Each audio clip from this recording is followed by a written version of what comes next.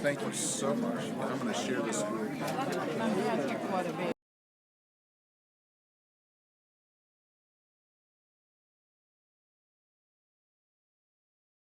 you.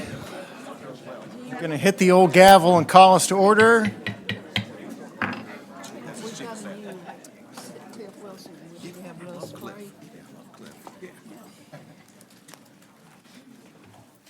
Thanks for being here on a nice chilly Friday, and happy to have everybody engaged in our good work to help the state and the residents. I'm really happy to say that we have a full board, no vacant seats on our board right now. So just really, really happy to have that happen. And so I want to welcome some new board members in no particular order. If you would just raise your hand. We'll do a roll call here in a minute, but this is just my official welcome to the new folks. So E.L. Morton, raise your hand. Very good. We have Ben Ferguson. There he is. Thanks for being here. Kevin Brooks. There he is. Welcome. Bill Godwin. Hey, Bill. And Marshall Graves. Very good. Thanks for being here, and hope you enjoy serving with this great group of folks. Also want to thank some other board members for stepping into some committee new roles on the committees that we have. And so Ronnie Brewer is the vice chair now of the Oversight Committee. So Ronnie, raise your hand. Thank you so much. And Kevin Vaughn is the vice chair of the Innovation Committee. Thank you for stepping into that role. And Stuart Price has agreed to take on the chairmanship of the Operations Committee. So thank you so much for everyone and their willingness to contribute to what we're trying to do here. All right, so let's move on with the roll call. Good morning. As I call your name, please confirm your attendance and the local board you serve. If you are representing by proxy, state your name for the record. Martha Axford. I'm here.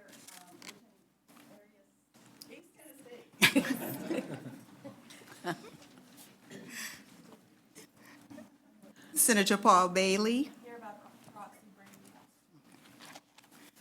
Commissioner Danielle Barnes. Mandy Johnson for Sherelle Campbell Street.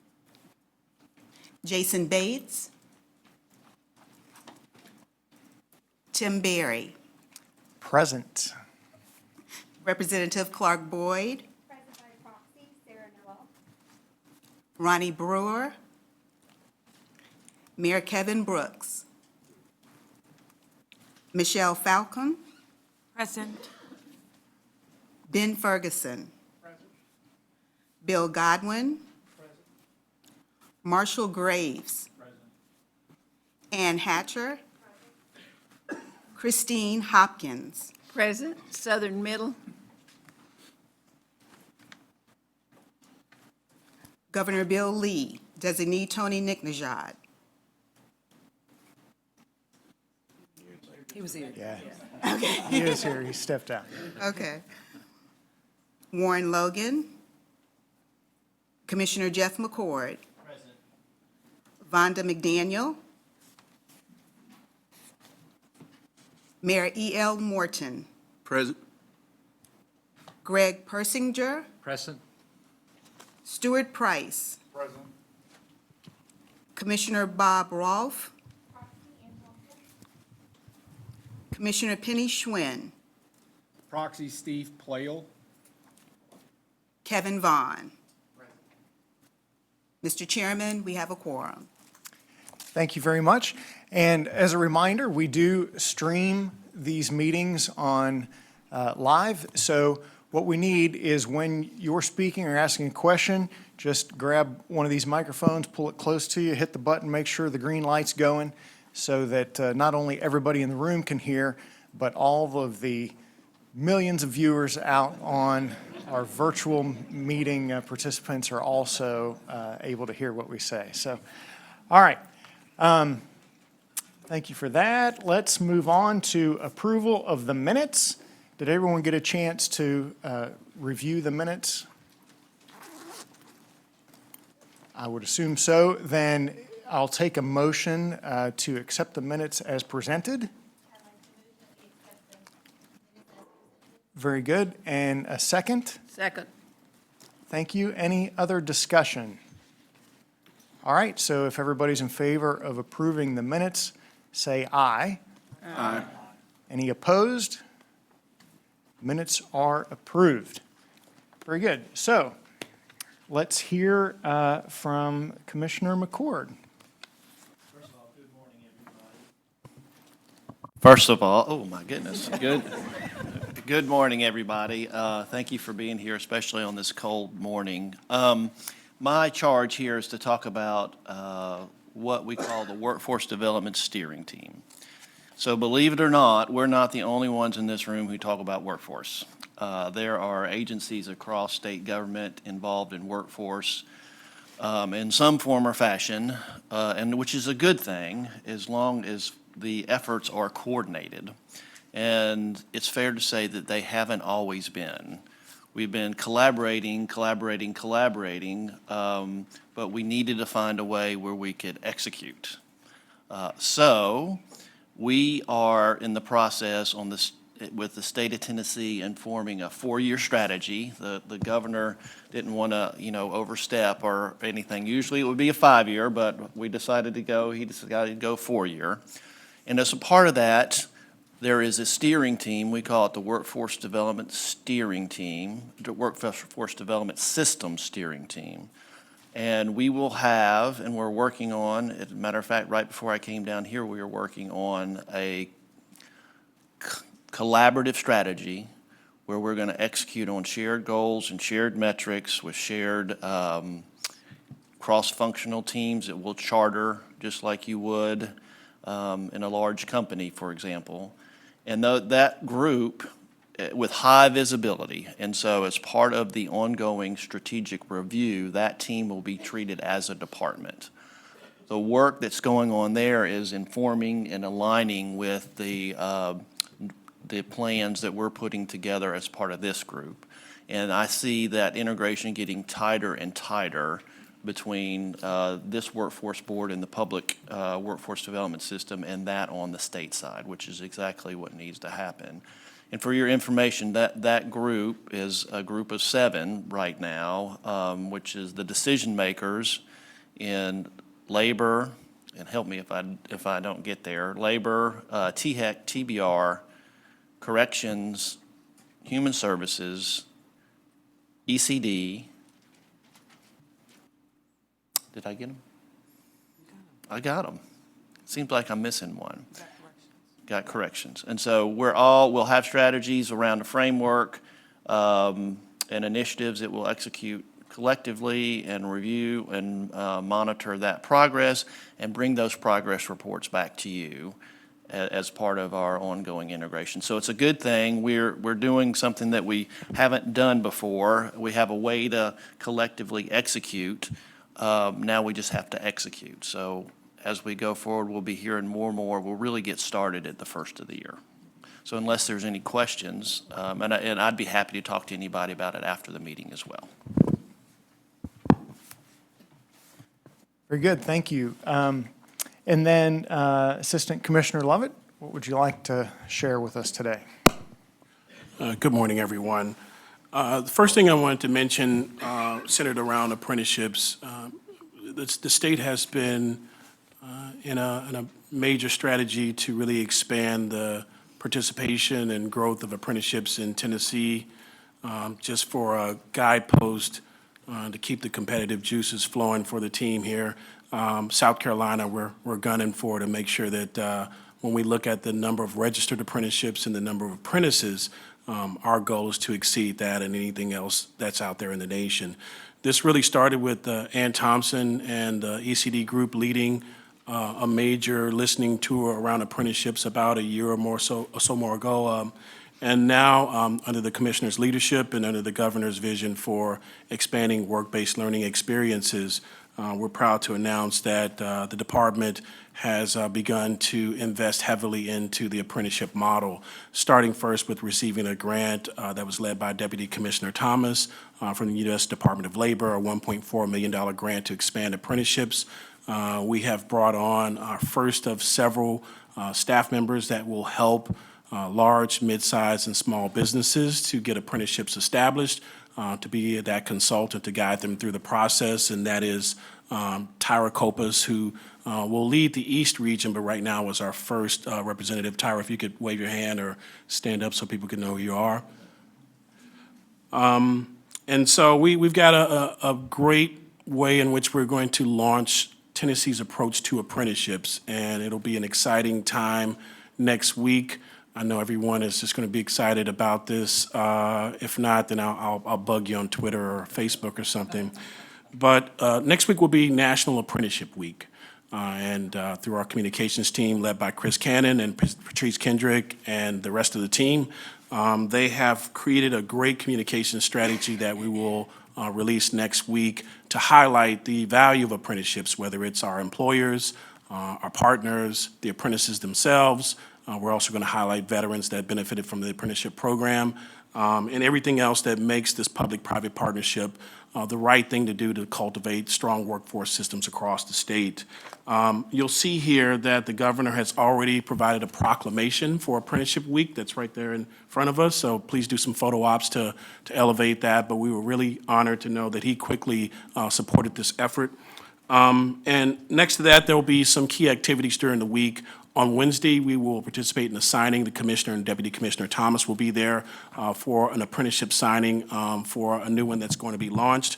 And actually, on Friday, we will be in Chattanooga to support an effort led by, how's it striking me? Gestamp. I apologize for that, but Gestamp will have another announcement as well. So we have plenty of things slated for that. And I want to make a special appreciation and show of support for Board Member Kevin Vaughn for really giving us some guidance and support and words of encouragement around why apprenticeships matter. But to give you a snippet of a series of videos that will be produced throughout the week, just wanted to show you a 1-minute video that captures the culmination of all of them.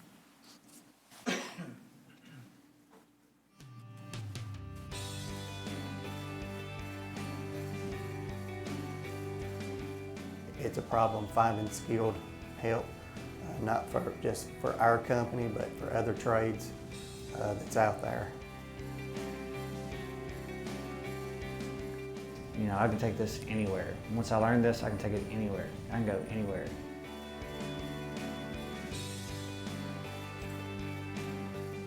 I felt blessed that the state's going to pay for the school because they won't have to pull money out of my check.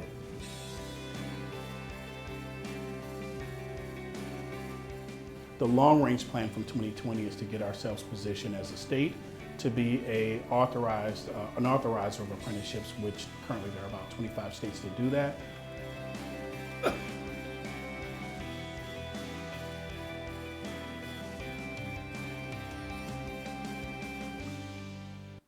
That is the official logo for apprenticeship, so write that down, Apprenticeship TN. While we lead a lot of that through the agency, it is the state's initiative, the state's program. So this is something that we share ownership with our partner agencies and everyone throughout the state.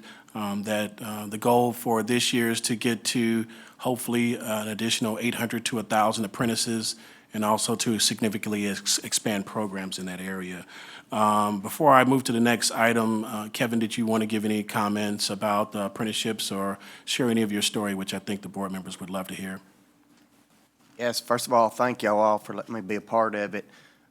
Everything that I've ever accomplished or ever become is because of first my parents and then the apprenticeship program. One thing that I've learned about the apprenticeship is surround yourself with good people and you can't help but do good.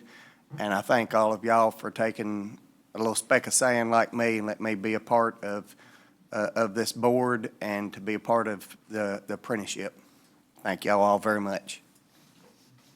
Thank you, Board Member Vaughn. The next item is I just wanted to recognize two of our regional directors that will have announced their retirement. So by the next board meeting, they will be well into their retirement. I want to point out that between two people, it's a combined 84 years of state service, and that being that of Stephen Vincent from the Northeast region, and then also Darlene Ely from the East region. If you could please just stand and so we can recognize your service.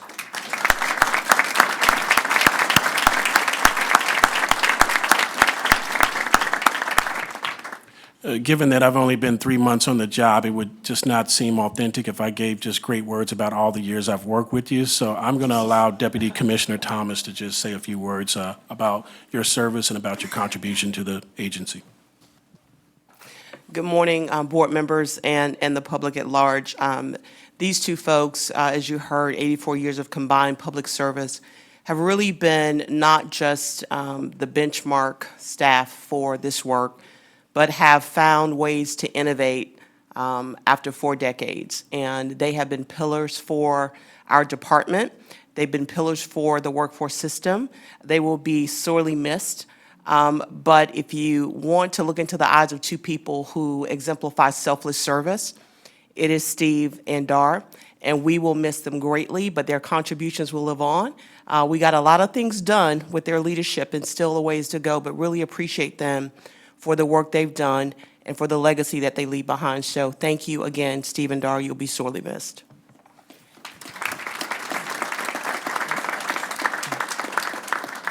And I'd also add that Campbell County is very proud of our hometown product, Steve Vincent. Mayor, you can brag all you want. We're right there with you. And Dr. Lovett was trying to get the microphone back. I told him, nice try. So I have to also acknowledge Dr. Kenyatta Lovett, who would never say this, but I have to say this. Earlier this week, he was in Chicago to receive the Pamela Tate Rise Award from the Council for Adult and Experiential Learning. It's important to note that Pamela Tate was the CEO of this organization from 1990 to 2018. She was the inaugural winner of this award, and we're so very proud of Dr. Lovett for the work he's done to really cultivate innovation and execution between post-secondary and the workplace. And so we could not let Chicago recognize him and we not recognize them here in Tennessee. So if you join me in a round of applause for Dr. Lovett and his award.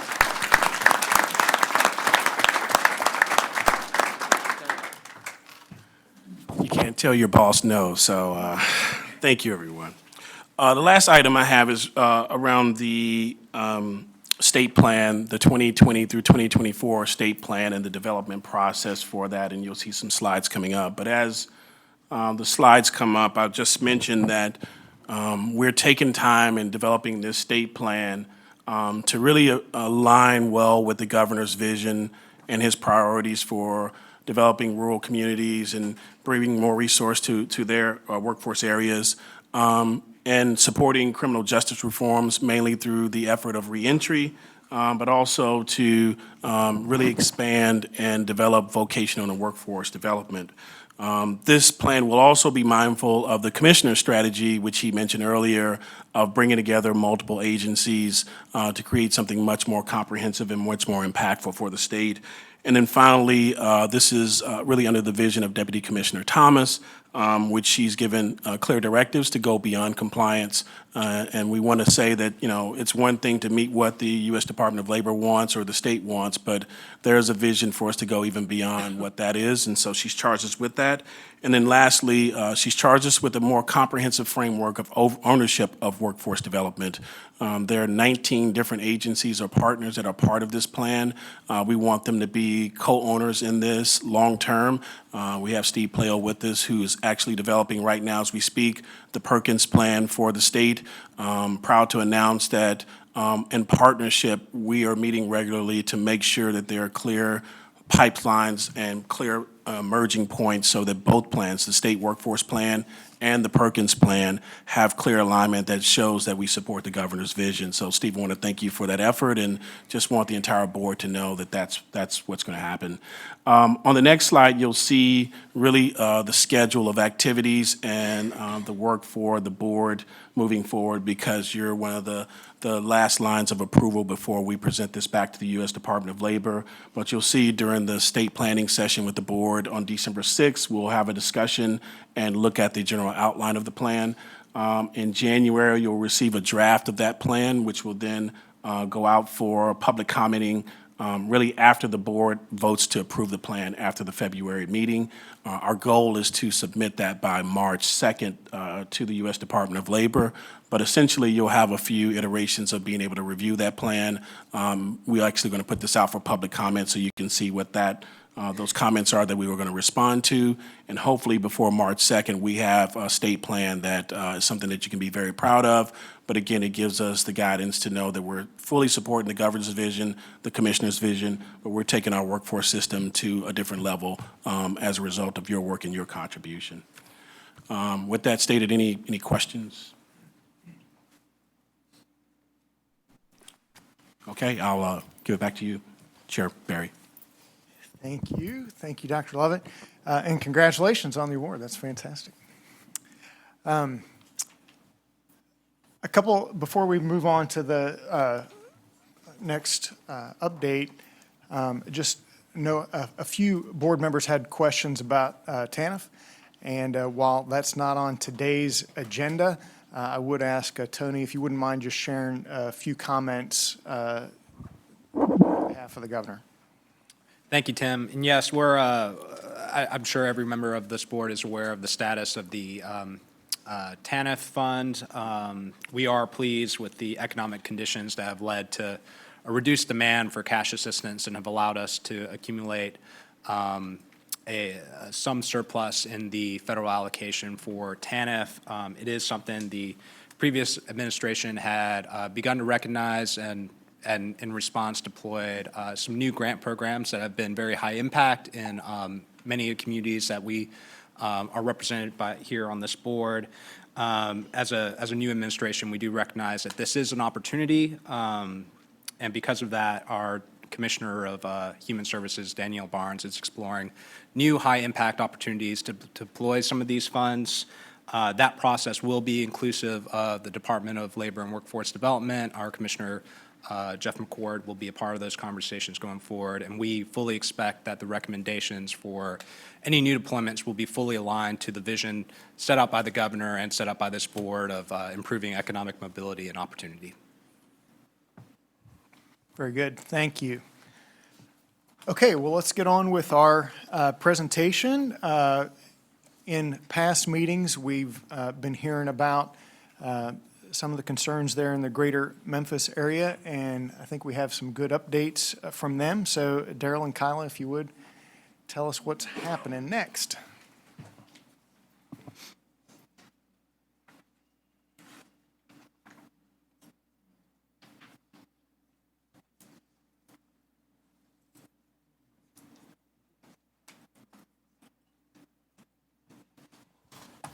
Good morning. Morning. Chairman, to the board, to the audience out there. My name is Daryl Causey. I represent the Greater Memphis region as the regional director from the state and as well as a board member. Just want to first start off by saying, as a board member, we recognize what we have, what's happened in the past, and we're here to say that we are work in progress and we have corrected a lot of the errors that we've had in the past. So, go to the first slide. Just to give you a general overview of what we're discussing today. As you can see, just the first initial issues that we had, the biggest areas of concern were the timeliness of the state reports, the failure to enroll the WIOA youth, and the MOU IFA. So basically with that, the timeliness of the state reports, of course, not reporting them on time to the state, the grants and budgets unit. The failure to enroll the youth, of course, there was an 8-month period where we didn't have any youth enrolled. And of course, the MOU IFA, there was a time that we didn't have one. We were looking for it, it wasn't there. So, here to tell you, that's all been corrected. We have youth enrolled, and of course, we have been reporting to reporting our reports to the state on time. So I would like to say, thank you. We have been doing that as well. But we couldn't have done that just by ourselves. So I'd like to first, again, recognize we do have a few members from the board and a few members from the greater Memphis area. If you just wave your hand in the back. Thank you. We do actually, we have a mayor in the audience as well, Mayor McDowell, sorry. He's in the back. Thank you. So this is actually a team effort. We didn't do this by ourselves. I mean, of course, we had help from the state, support from the board as well. Ronnie Brewer, thank you very much. It's definitely, we look forward to more support, look forward to more help from you all. We cannot do this by ourselves. That's one of the biggest things that I like to stress. We cannot do this by ourselves. This is a team effort. The leadership staff at WIN, definitely. This is something that they've worked hard day by day. Some members have come in early in the morning. I'm talking about 7 o'clock in the morning. I get phone calls and emails, and it's actually different questions about, policies and strategies. What can we do? What can we do? And of course, leaving later on in the evening. So again, it's a team effort. It's a collaborative effort. Kyla as well. We were working close together. We're trying to get everything moving. And in this presentation as well, you'll see some of the strategies that we have moving forward to say, this is what we plan to do to make a change, to say, what can we do to make everything better? So, and of course, in the end, if it's something that we can do to make a change, now is the time. There's no better time than now for Greater Memphis to make a change and to move forward than this time right now. But we can only do it with you all support and everybody out there in the public. If you want to help us, please feel free. Come talk to us. We're here. We want to hear what you all have. We want to hear what type of changes and suggestions that you have. That's what we're about. It's all about change. So if we're successful, then we're all successful as a state. So from there, I'll turn it over to Kyla. Good morning, everybody. So as Daryl said, we wanted to talk about first the areas of noncompliance, what brought about the level 3 sanction that you guys heard about at the last meeting. So first, there was no compliance around our reporting to the grants and budget unit. They were systemically late. So this is kind of what we did. We hired a deputy director of fiscal and operations. That position had been vacant since February of 2019. Mike Petty was hired August 1st of 2019. His very first charge was really a process evaluation. What did our fiscal team processes look like that were causing continuous late reports? So Mike implemented a new process flow that broke down responsibilities. What was created, it was cross-training of additional fiscal team members to complete the state required reporting, and the implementation. So the first month of the new process implementation resulted in 5 days early our reports being delivered, and we had no late reports, as you guys saw from Chandra in the Oversights and Operations Committee for the last 3 months. So I think what got the most discussion at the last board meeting was the concern around our failure to enroll WIOA youth for 8 months. So this is a timeline. I didn't want anyone to think that we were just inactive for those 8 months. It really goes back to July 2018. So the Greater Memphis Board changed to a performance-based contracting system, which awarded the front loading of contracts. So it really awarded contracts saying, in the first half of your contract, go out and enroll all of your kids, and in the back end of your contract, you'll be paid for the performance or outcomes of those kids. So it awarded a system of making sure all of your enrollments were done in the first half of the system. So in March 2019, we jumped to March 2019, that's when I was hired, and probably about the third day that I was on board, I noticed the trend of non-performance in youth contractors. And so we started developing, and I actually wrote a complete youth RFP on my third day of work to say, we've got to put this back out to bid, it's not working. In April 2019, the RFP was released for ISY and OSY services through a cost reimbursement format, so we went back to cost reimbursement. And then in May, the youth RFP closed. We got limited proposals, surprisingly low number of responses. 2 ISY and 1 OSY proposal were recommended for contracts, all only serving Shelby County. So in June 2019, the 3 selected providers were negotiated, the contracts were negotiated, submitted, and approved to the commission, the Shelby County Commission. All of our contracts must be approved by Shelby County Commission.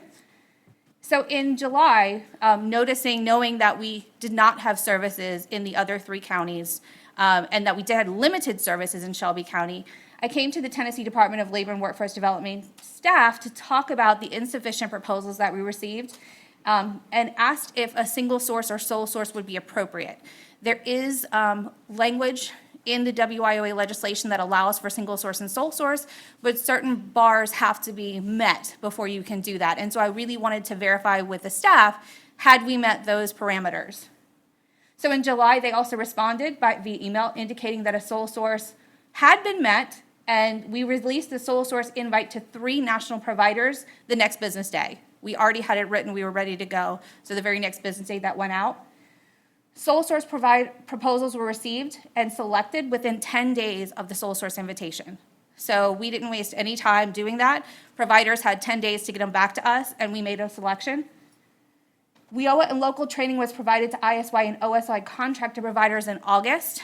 Many of our ISY providers could not hire staff because there were no kids, in-school kids to serve until the school year started. So August is when they had their staff come on board, and we provided all of that training. In September, Ross, who was selected through that sole source process, began onboarding and startup as the primary OSY and ISY provider in the rural counties, and they are also the carryover provider for any youth that are not being covered by the other providers. In September, we provided additional VOS training to ISY and OSY providers. We also provided training to our Title I AJC Career Services provider on co-enrollments. That was something that was not happening previously. And then in September, ISY and OSY are enrolled and active in WIOA services throughout the greater Memphis region. So enrollments, I actually have an update. We have 181 young adults enrolled as of today. 147 in-school youth and 34 out-of-school youth were enrolled within the last 2 months. So we have service locations in 5 American Job Centers and in 10 high schools right now. We will be located in high schools throughout every county in our service region. So there's also another RFP being released. This month, we don't have an exact date, but this month an RFP will be released for special populations. It's intentionally written to be vague so that we can have a large number of respondents who are willing to serve what we call special population, and those are foster youth, youth that may have offender histories, and specifically youth living in rural counties. We also are doing a branding and design of our own WIOA youth programs. That was feedback that we got from the state, and we heard them that we needed to take a more active role in what the service delivery actually looks like for young adults in our region. And so there'll be 2 programs that are in the process of being implemented and developed. LEAP is our in-school program, and Career Launch is going to be our out-of-school program.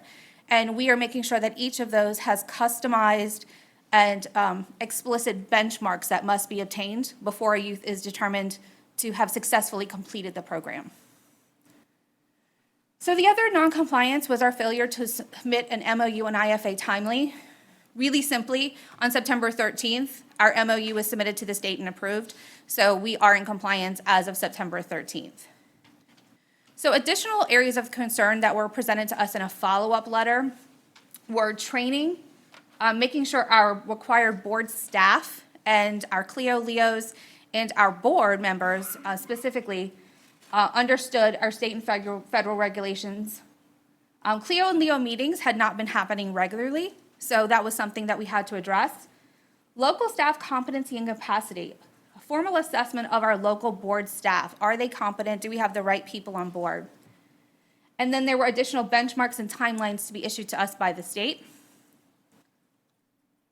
So these are a couple of things that we have done to address the staff and provider training.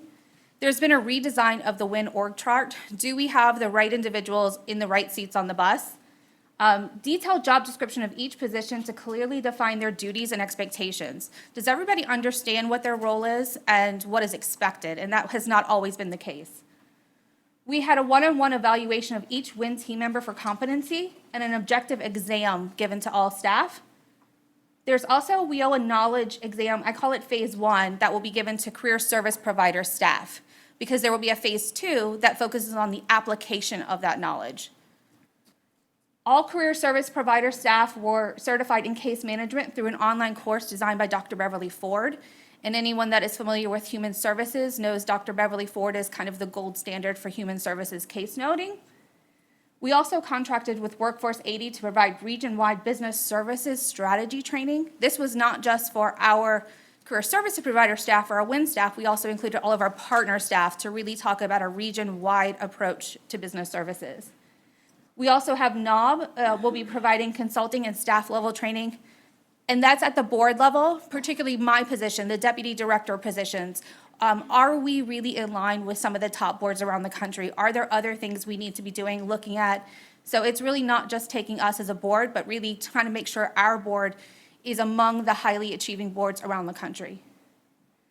From a board perspective, we retain Workforce 180 to provide all of our board members with a required training in August. We have a realignment of the board that will be coming with our upcoming structural change to ensure the members are both representative of his or her geographic area, but also actively engaged in the work.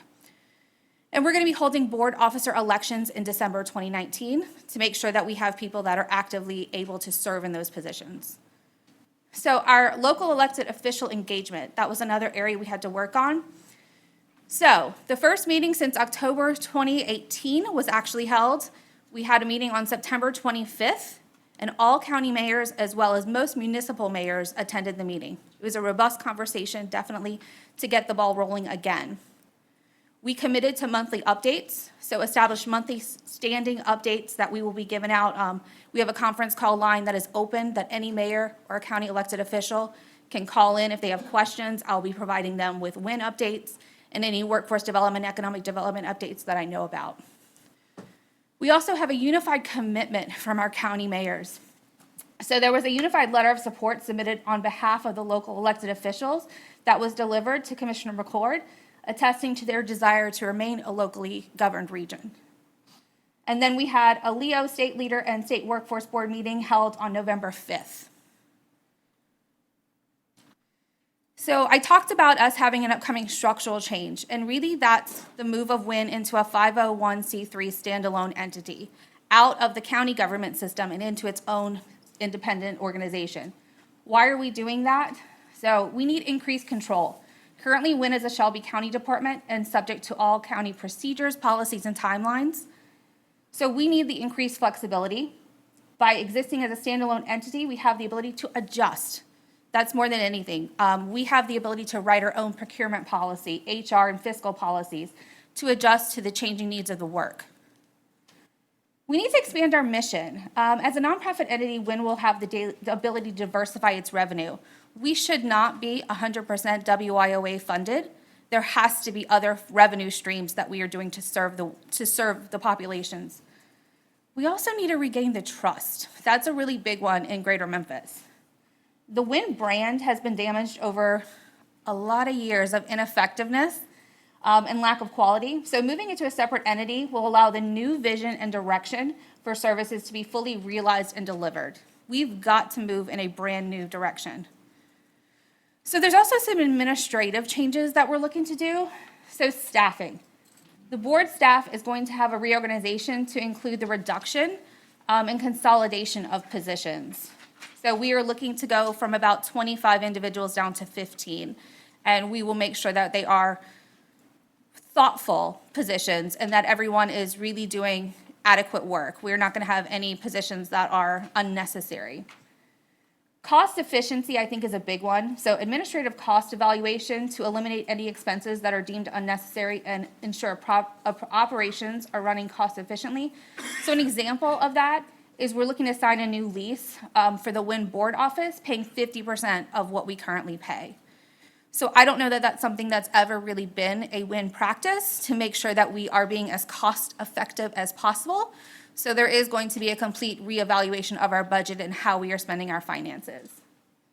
Procurement. So this is a big one because, as you guys know, we have a constant urge to say spend the money, which, by the way, I don't like that term. I like to say we invest the funds, but we need to invest the funds that we are given, and we're not unable to do that without effective procurement processes. Currently, Shelby County takes about anywhere from 2 to 5 months for the procurement process, and so I'm sitting on 4 RFPs right now trying to get money out the door.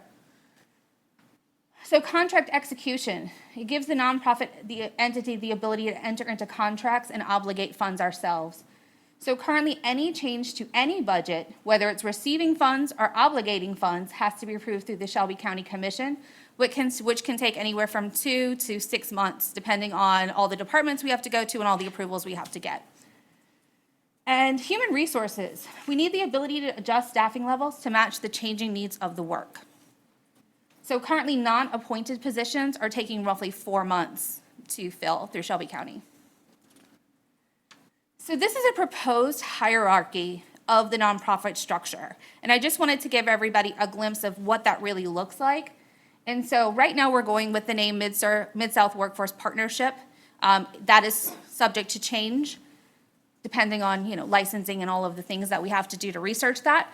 But we have a proposed executive board that is going to be made up of the mayors and their designees, higher ed, large employers, small employers, and at-large stakeholders. So that's the governing board of the nonprofit. They will, of course, have the ability to hire a president or CEO. And then if you look over in the green, that's the WIOA side of the house. So that's what we normally have thought of WIN for as long as WIN has existed. Our WIN staff and everything that WIN does. So the CLEOs and LEOs still have the ability to approve and select members of the Greater Memphis Workforce Development Board. And all of the same WIOA actions will happen in that green. We also, when we talked about diversifying our revenue stream, have the plans to do non-WIOA type activities. So future regional workforce initiatives that the funding will be coming from non-WIOA sources. And so that's economic development and workforce development projects to be funded elsewhere that will also fall under this house. And then just a look at kind of the staffing. What it looks like now is over in the blue, that's the Workforce Investment Network staffing. And all of the layers in the dark blue above are all the kind of approvals we have above us before we have anything that we can get done. And then moving over to the Mid-South Workforce Partnership, it's just a much more lean organization.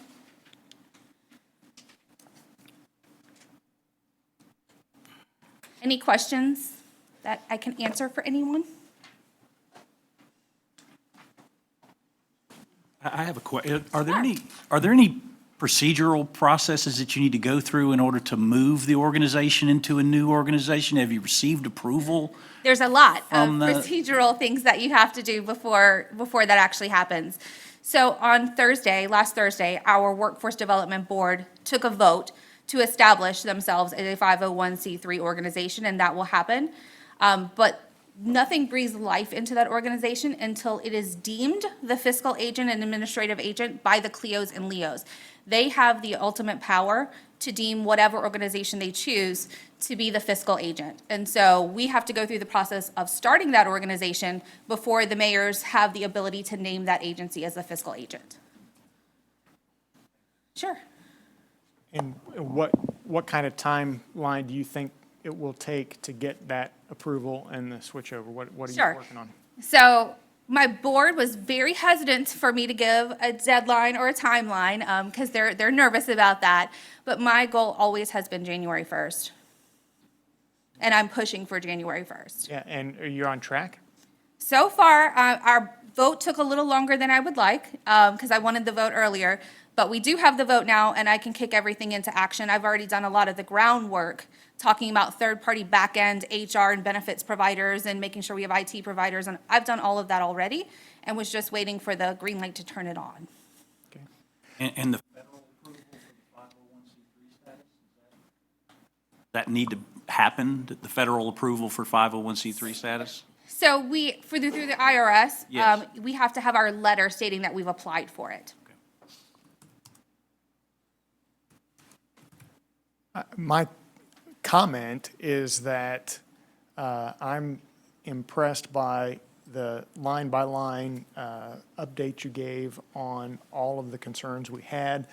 I particularly like the thinking that you have to say, this isn't working this way, let's try an entirely new approach, but at the same time get the buy-in of the same people who made it happen the other way. So thank you for that.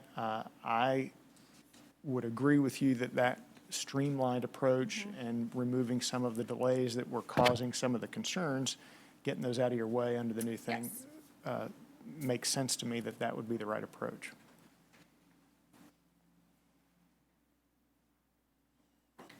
And really the thought behind it, I will tell everyone, is we realize and recognize that Greater Memphis has been in this spot before of having to clean up and to do all the work.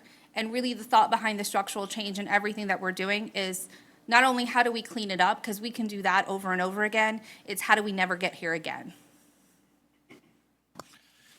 Let me just offer a comment. I'm excited for you and greatly appreciate your effort and your leadership and what's happened so far and what we're sure is going to happen in the future.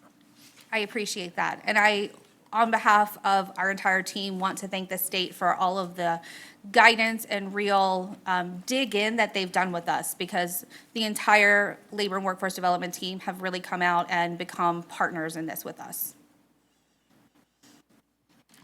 I know this has been a topic of discussion at several of our recent meetings, and this is a lot of information.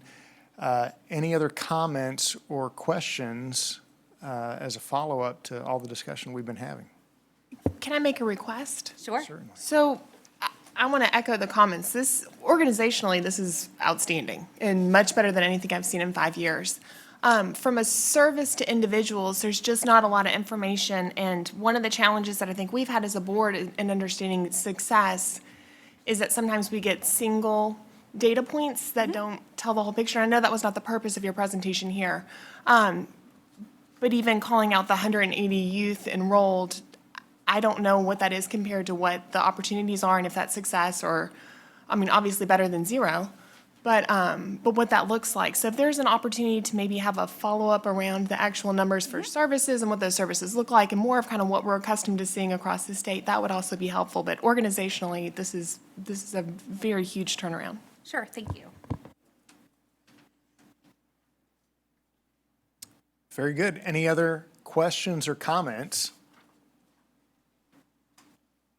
Outstanding report. Thank you so much for the time and the work that you clearly put into all that. Thank you. We appreciate it, thanks. All right, we're a little bit ahead of schedule, and if you're okay, I'm going to keep going. We'll keep the break on time, but I'm going to go ahead and move ahead to partner updates, if that's okay. Ian, if you want to give us a update on adult education.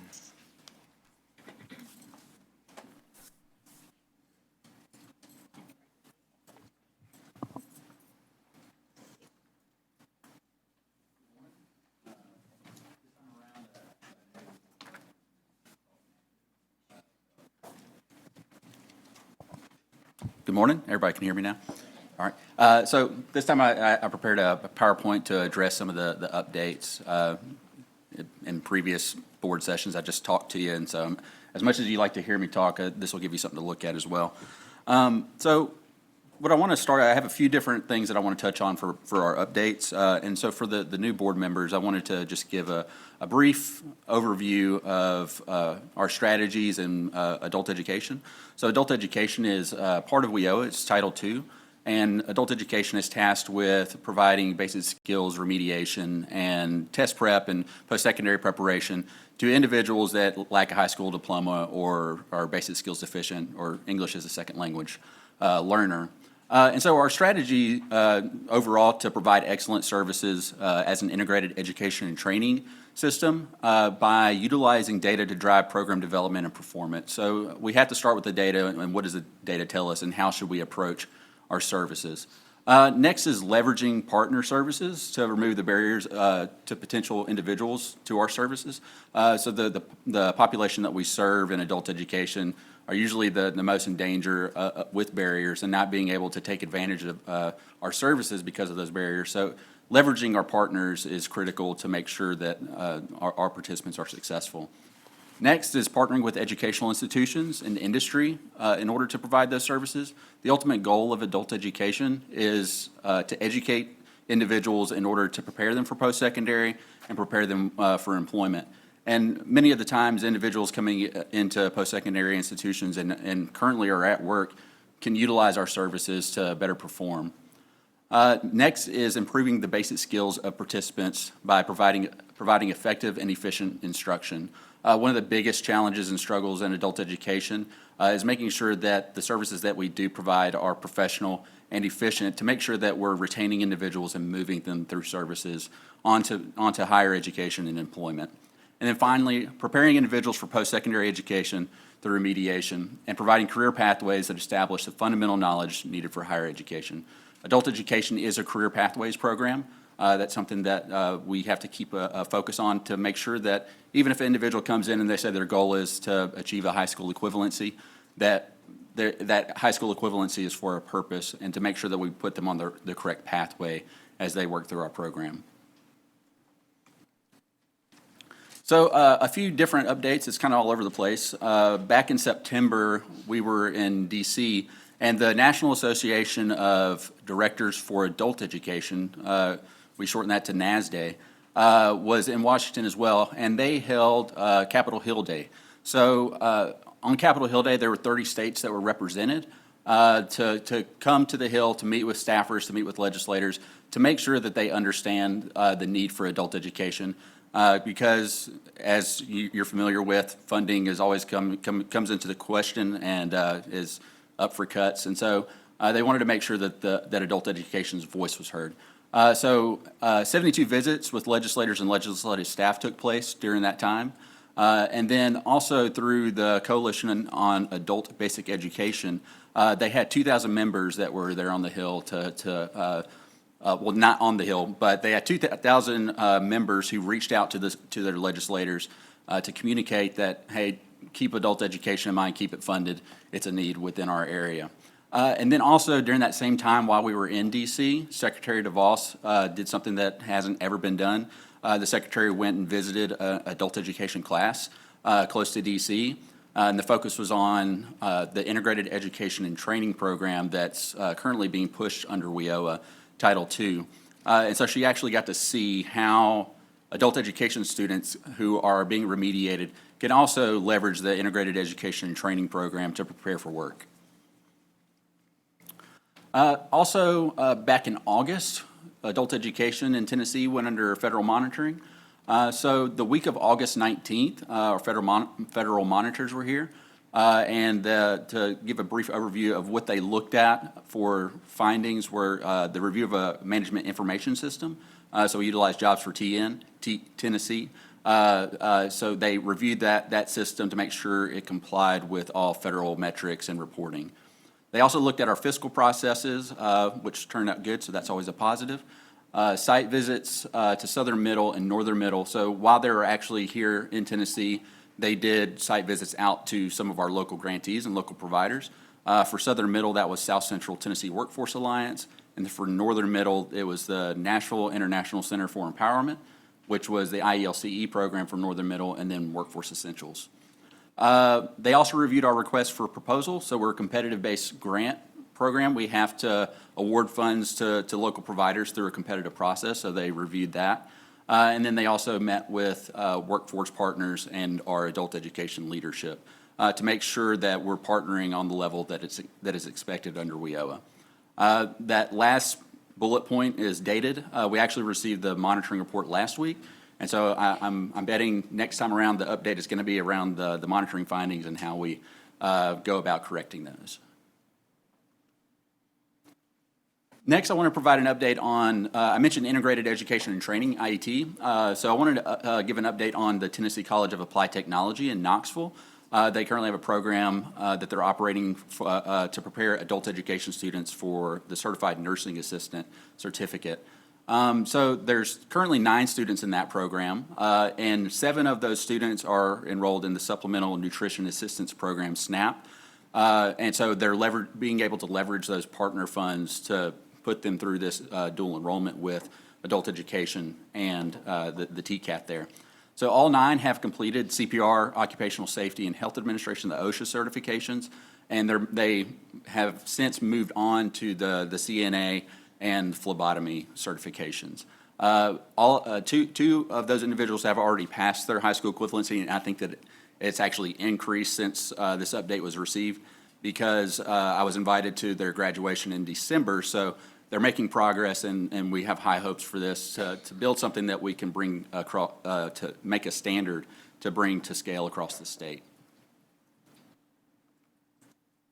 All right, so the biggest portion of the updates, I had a question last time around from Board Member Stuart Price about financials and how programs have performed and the money expended by our local grantees. And so I do also want to provide a disclaimer. When I was reviewing this, I found some information that would skew the numbers a little bit, but if anything, it's going to make the cost per participant lower. So I'm going to update that and send out updated information after this meeting. So an overview of adult education funding. Last program year, we sent out $9.3 million to local providers for the purpose of adult education services. The funding includes both adult basic education, so that's our primary grant funding. That covers ABE, the adult basic education, adult secondary education, and then also the English as a second language program. And then we have funding for integrated English literacy and civics education, which covers ESL, English as a second language, and civics education with a combination of training. In program year 18, we had 10 grantees. We had Northeast State Community College, TCAT Knoxville, Putnam County Schools, TCAT Athens, Workforce Essentials, and South Central Tennessee Workforce Alliance, Henderson County Schools, and HopeWorks, and they operated the adult basic education grant primarily. Then we had 2 providers of our IELCE, Integrated English Literacy and Civics Education, which were Nashville International Center for Empowerment. We refer to them as the NICE program, and then Chattanooga School of Language.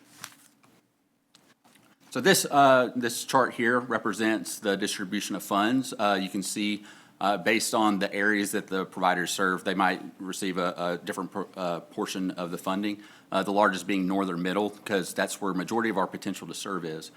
So that's just a breakdown of the funding that each provider received and how it comes together for 100%. So going into these next slides, how I came up with the information, this is just a legend to that. So students served equals periods of participation plus reportable individuals. And then cost per student is reimbursed divided by students served. And the measurable skill gain is performance. Performance equals educational functioning levels plus the diploma divided by periods of participation.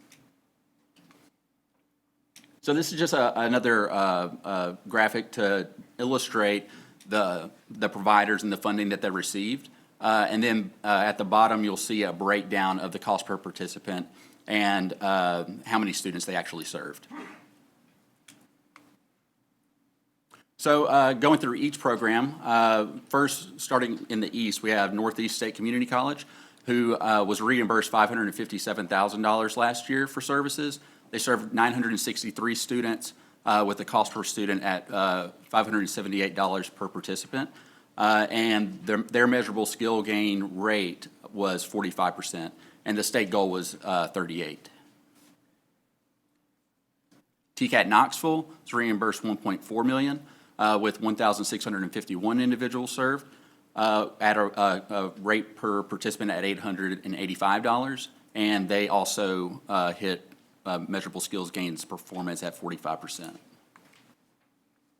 Putnam County Schools, $509,000 with 991 students served, and a cost per participant, $514, and 52% measurable skill gain performance.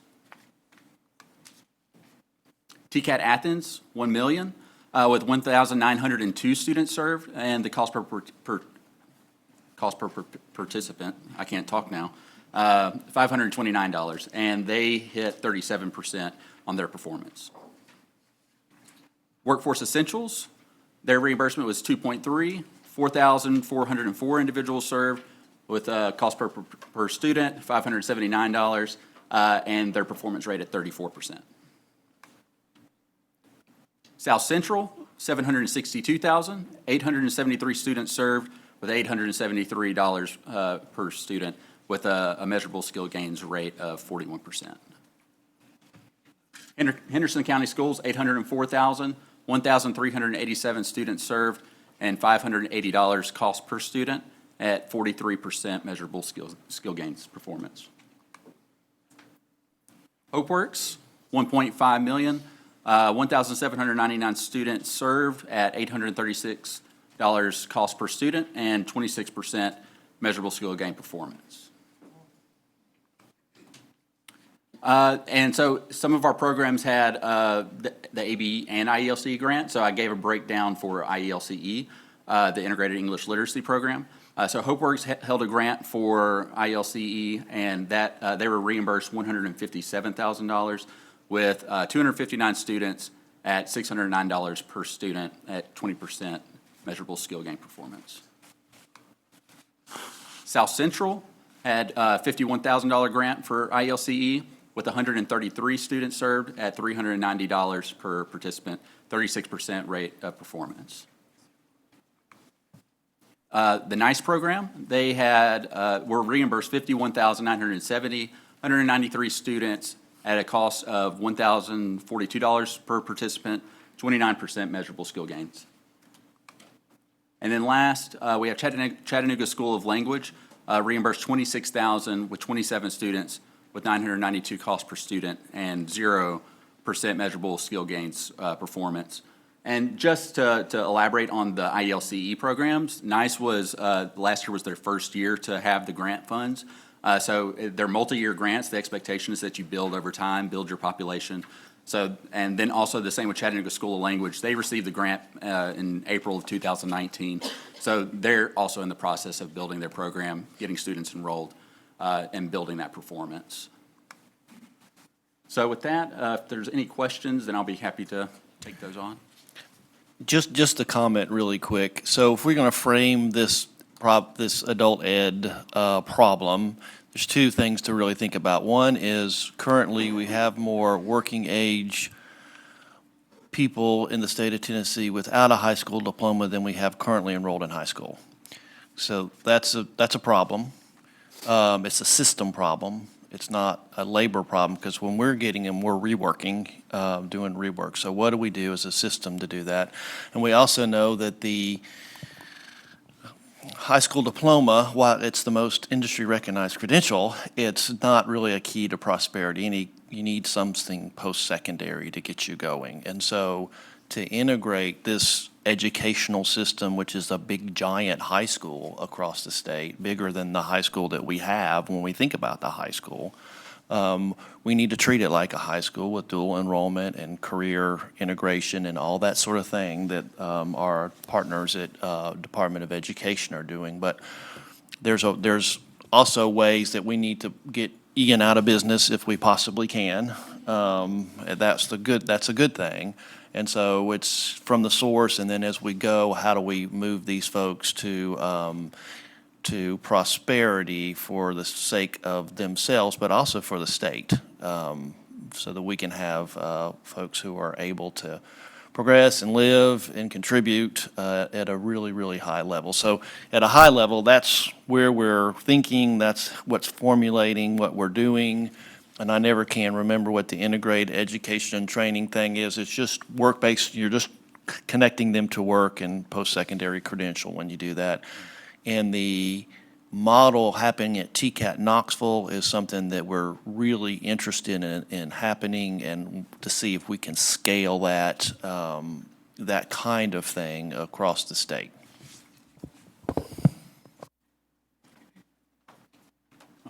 Thank you all. Appreciate it. Other comments? All right, Assistant Commissioner White, thank you. Oh, sorry, I didn't see. Can you just kind of explain, I think I heard you say that your MSG performance goal was 38%. Can you kind of explain why Chattanooga School of Language was at 0%? So that's part, they received their grant in April of this year. So they were brand new to offering services, and it takes a little bit of time. And since we're working with individuals that are, so that grant specifically is working with individuals who can't speak English. So it takes a significant amount of time to move those individuals to performance. And so since they only started in April, they haven't had enough time to really get people into the program, remediate them, and move them forward in educational functioning levels. Ian, are all of the people, they're not all served by just those contracts, are they? The individuals that I just reported on, they are. So our funding is a mixture of federal and state, and it comes from this department. And so all the numbers that you saw there are from those funds. So there are no other numbers besides those? No, ma'am. So is the question, are there other providers besides the state? Yes. Okay. Oh, there are. So we, in the competitive process, we put these grants out to any number or any type of eligible providers. Our eligible providers, the list that you saw, you can see that we have TCATs, community colleges, and faith-based organizations. And so those types of organizations exist out there without our funding. And taking Nashville, Davidson County as an example, there's any number. You have Martha O'Brien Center that helps in this area.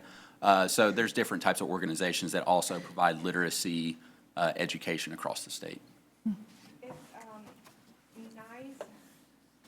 Was NICE in the same category as Chattanooga School of Language April grant?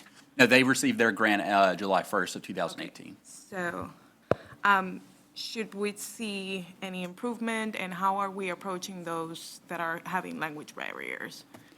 So we do expect to see improvement because the NICE program has had the grant now going on. This is their second year. Mm-hmm. So we expect to see performance improving in that area.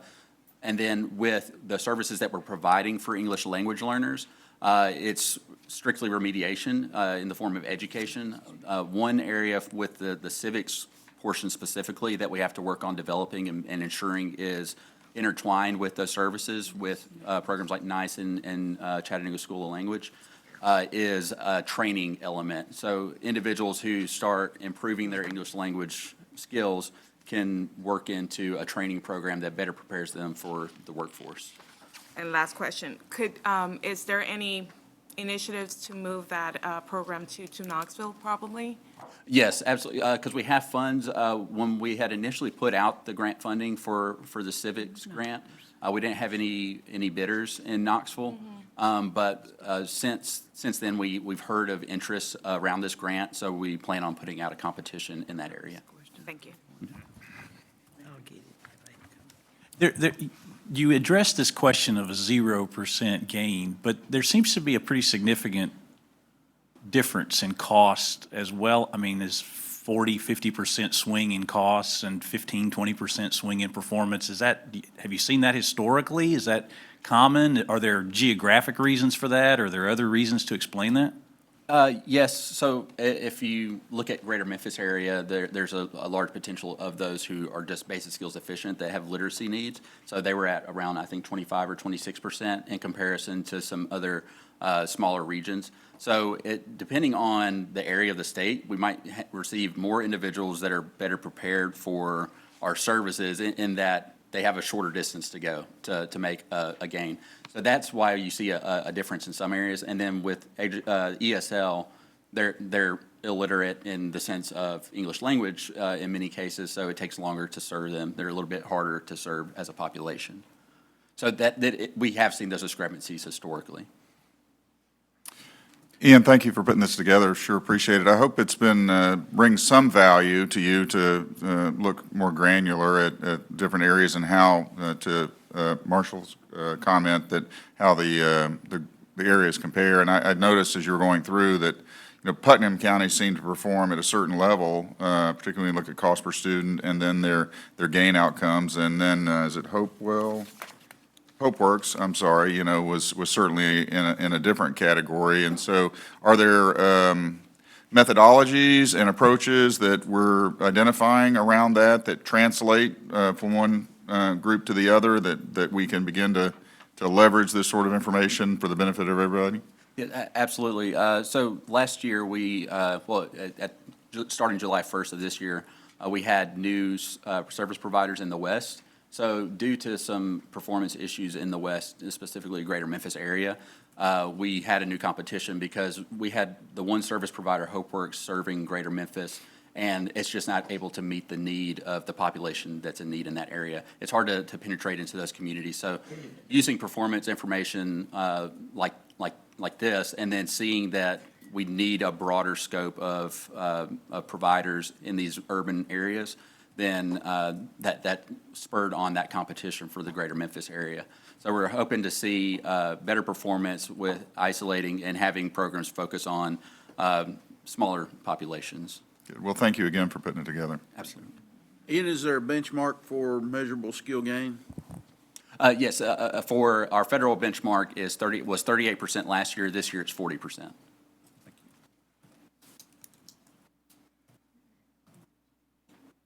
You had 10 grantees last year. How many grantees do you have in 2019 and 2020? We have 14 now.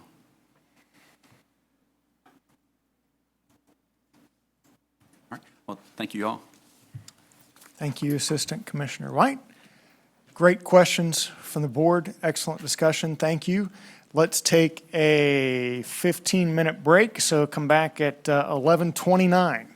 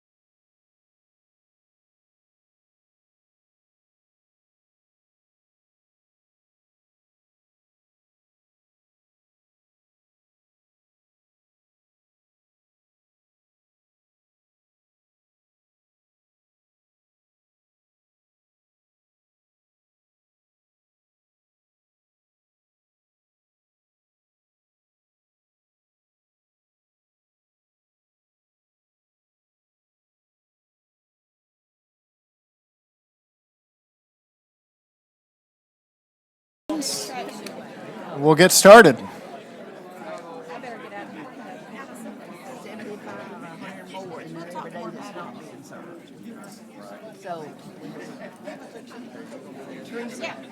So you're gonna be, I gave you my card. I'm not gonna say, I'm just gonna call you. Call me.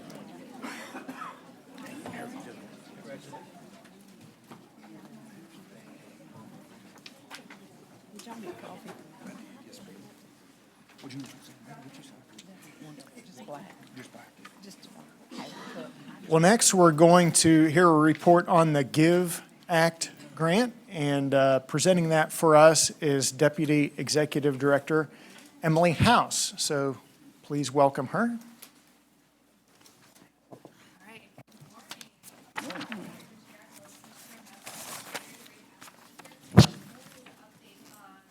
Whoops, sorry, to update on the GIVE grant. My name is Emily House. I'm the Deputy Executive Director of the Tennessee Higher Education Commission, and if I may just have a moment of privilege, I'd like to recognize two of the THEC staff members who are here today, Brandon Hudson and Mitch Curry, if you guys can raise your hands. These are the two that really know the most about the GIVE Act and how THEC is really engaged in this process. I'd also like to recognize THEC board member Jimmy Johnston, who was in the back. I'm not sure. There he is. So thank you, Jimmy, for being here. Jimmy has had a very THEC intensive week, so I'm glad he's diversifying his meetings, but he still gets to hear from me. So what I would like to do, rather than go project by project, the list of awardees was actually made public yesterday via a press release from the governor's office. So if anyone has seen that, you have seen this very robust, very diverse list of projects that were funded via GIVE. Rather than go through each one of those, though I will highlight a few successful proposals toward the end of this presentation, I really want to speak to the objectives of this initiative as well as the process THEC went through, led by Brandon and led by Mitch, to run the RFP, select the projects, and the input that we received from other state agencies and partners as well. So I welcome any questions. Please feel free to interrupt me, and of course I'll take additional questions toward the end of the presentation. I'd also like to acknowledge Tony Nicknajad as well. Tony, please feel free to jump in. Tony has been Governor Lee's point person for on the THEC side related to all of this work, so if I say something incorrect, Tony, I'm sure, will jump in and correct me.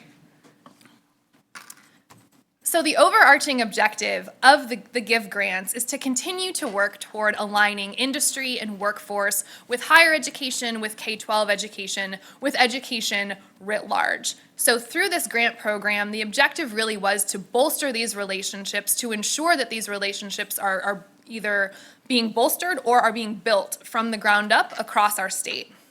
The grants were for up to $1 million, and if you saw the release that was put out yesterday, most of the grants, if not all of them, are close to that $1 million mark. That will be transformative for a lot of these institutions, a lot of these districts, a lot of these community partners. $1 million, I mean, I would take $1 million, right? But oftentimes when we talk about grants, sometimes they're huge and sometimes they're small, and $1 million can be considered either one of those, depending who you are. And I think this $1 million price point will really be transformative for many of these communities. It is a 2.5-year grant period beginning January 2020, just for the logistics of all of that.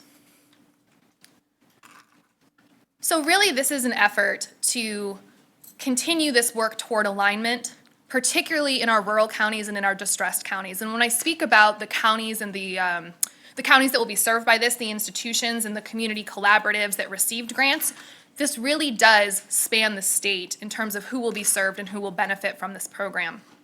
So we at THEC, and Jimmy and Mitch and Brandon have heard so much about this over the past week, have really been focused on conversations related to the future of work. And I know some of you have been involved with them or perhaps have heard about them. We need to be thinking in Tennessee not only about what the economy looks like today, but what it's going to look like in 10 years, 20 years, 30 years, and how higher education, K-12 education, higher education, which as you can tell is the lens I'm often looking through, and industry and workforce need to be aligned to be sure we're meeting those needs. This is a piece of that puzzle as well as we focus on these initiatives to bolster this alignment. And more pragmatically, more tactically, these grants are really to build up CTE capabilities, career and technical education capabilities in these communities, dual enrollment and early post-secondary opportunities in these communities, as well as work-based learning, internships, apprenticeships, whatever it might be. So the grantee, technically from a contractual standpoint, is a post-secondary institution. So a community college or a technical college, a TCAT in Tennessee, is the actual name on the contract, the name of the winner of the grant. But it's important to note that it's not just a higher education initiative, as I think I've sort of alluded to so far in these remarks. In order to be eligible for a GIVE grant, a collaborative needed to have been constructed that was comprised of these parties here: a local workforce agency, a community or technical college, employers, and a K-12 CTE side of the house as well. So this really does represent that spectrum from K-12 to and through higher education, to and through the workforce, to meet the needs of different communities throughout the state. If you were to look at that list of 28 grantees that came out yesterday, it's very apparent that the needs across the state differ county by county, region by region. There is no one-size-fits-all across the state for anything, and this is no different. The needs of the workforce and the needs of education to meet those needs of the workforce differ vastly across the state, and that's reflected in the diversity of proposals we received and then the diversity of the 28 that were funded. And I sort of said all of this already. These grants can serve K-12 students. They can serve adults who want retraining or are re-entering higher education to change their workforce outcomes or their workforce outlook. No limitation to the program of study. This was not limited to certain fields of career and technical education. It was very diverse and very broad across the board. The work-based learning experiences, you can read that up there. They were not limited to those that were listed, but very often included internships, co-ops, apprenticeships, whatever it might be.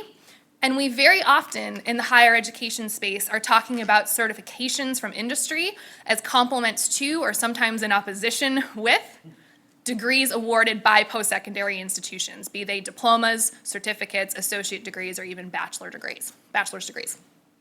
So certifications are fair game, assuming that there is an intersection and a pathway to a post-secondary credential via that certification work. So getting down into the weeds just very briefly, these were the dimensions on which each proposal was scored. And those of you who've read grants before, I'm sure most of us have some experience being a reader, for better or for worse, on many of these grant programs.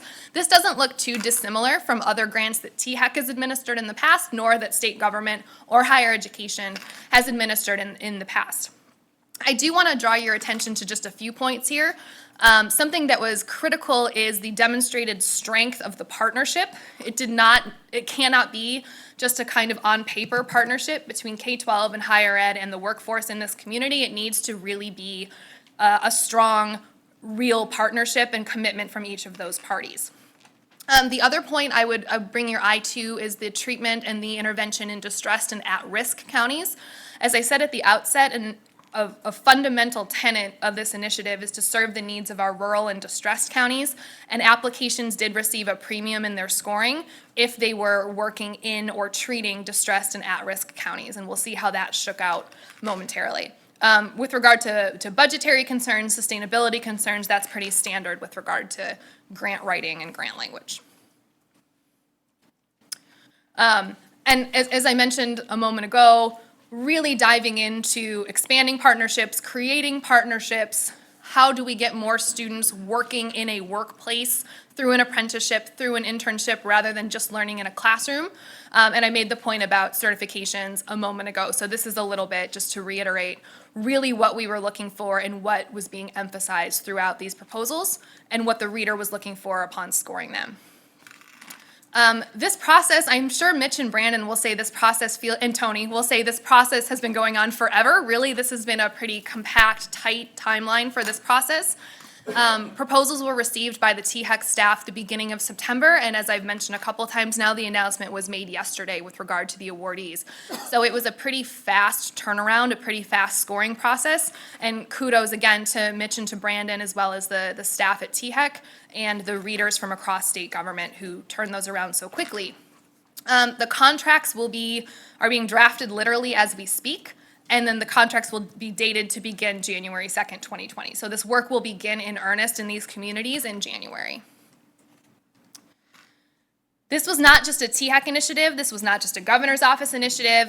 There were teams of representatives from across state government who really dove in to read these proposals. We received 61 proposals, which was a lot. So I say that facetiously because the folks from these agencies were the ones that had to read them, but I say that very seriously because there was immense interest in this. There has been immense interest in this conversation about alignment, and that really was demonstrated in the response to this call for proposals. So teams from these agencies here met very often. They spent a lot of time and did a very thorough, rigorous strategic review of these applications. So this was not just higher education, it was not just labor and industry reading these proposals, it was a collaborative cross-agency group in this space. So with regard to how the proposals were scored, who actually got a grant, I would direct your attention to this map and I'll explain what's what here. 100% of the distressed counties in this state, which are the red counties on the map here, are being served by a GIVE grant, which is fantastic. The blue counties are those that are at risk, and to be completely honest with you, and some of you may know this, there is not very often a huge distinction between a county that is at risk and one that is distressed. As we think about poverty rate, we think about unemployment, and we think about family income. Those are the three metrics on which at risk or distressed is defined. So those blue counties are those counties that are at risk of being distressed, and those that are highlighted are served by these GIVE grants as well. About 2/3, about 66% of the at-risk counties in the state will be touched by a GIVE grant. Those counties that are highlighted in gray are also touched by a GIVE grant as well. They are not distressed or at risk. The portions of the map that are whited out are those that are not touched by a GIVE grant. So over 60 counties, 60 of our 95 counties are touched by a GIVE grant. And just to be very clear, there are 28 GIVE grants. There are 60 plus counties that are touched by this. Not each grant is local to only one county, right? Part of this is reflected in the collaborative framework, the emphasis on distressed and at-risk counties, as well as those that are not at risk or distressed. So we really do have coverage across the state at large, irrespective of where the TCAT or the community college is located, not domiciled, because we're all in Tennessee, located in which county. So really tremendous coverage, tremendous parity across the state, and this will continue to do, this will do so much good and will continue to do good once it launches in January. So I will not go through each of the 28 proposals. I assume at some point we'll be backing up against lunchtime, and I don't want to be that person who's going through 28 proposals, but I do want to highlight 3 of them. I would invite you to look at the release that was put out yesterday. It does list each of the projects that were funded. It lists the higher education partner as well as the amount of the award, and all of the grant proposals are available online. So feel free to call Brandon or Mitch if you would like to know about anything in particular, but also the proposals that were selected are available for review online as well. So just focusing very briefly on 3 very cool programs. The first is from TCAT Covington, who is the fiscal agent or one of the partners here. Really increasing and really developing more fully a digital agronomy program for all of my agricultural folks in the room, of which I am not one, so I'm speaking completely out of turn, forgive me. The innovation and the work that has been done in this space, agriculture is not what it used to be 5 years ago, 10 years ago, 20 years ago. And the program that will be this innovative program that will be implemented here at the TCAT will really get more and more information related to current agricultural practices. Digital agronomy will be really exciting to see. Something that's really cool here is the explicit focus on curriculum in the K-12 space, the TCAT space, and the community college space, which leads to a whole other conversation about stackability of credentials that I'm sure Commissioner McCord and Kenyatta and Jimmy do not want to hear any more about. But I am happy to talk much more about that offline.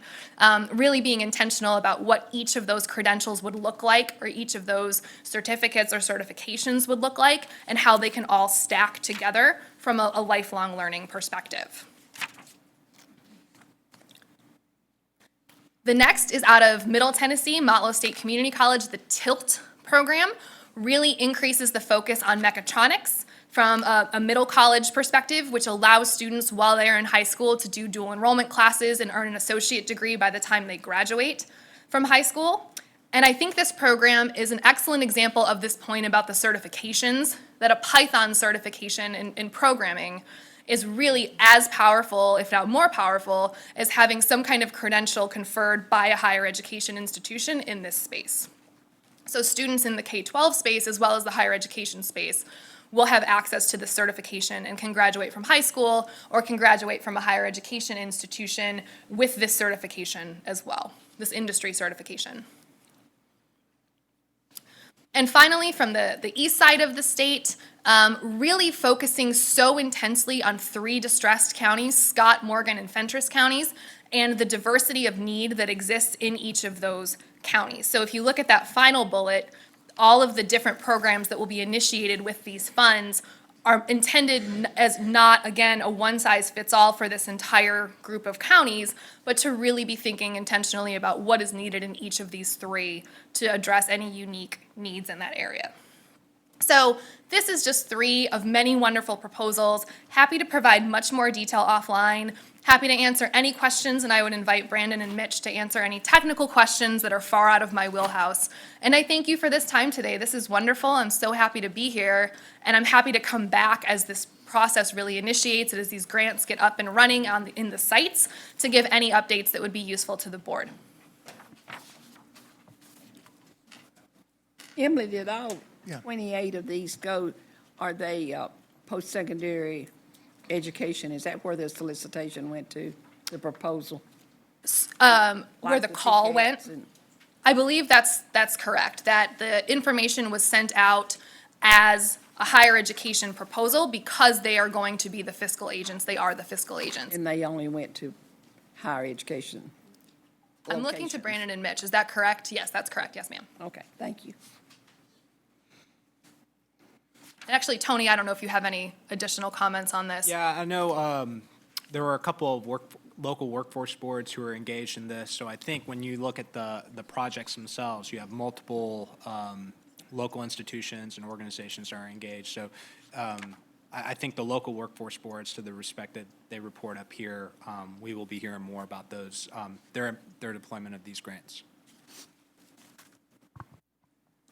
Just a comment, Emily, and to Tony as well, the governor's office. Thank you for the opportunity for K-12, on behalf of K-12 and CTE, the opportunity to be involved in the GIVE initiative.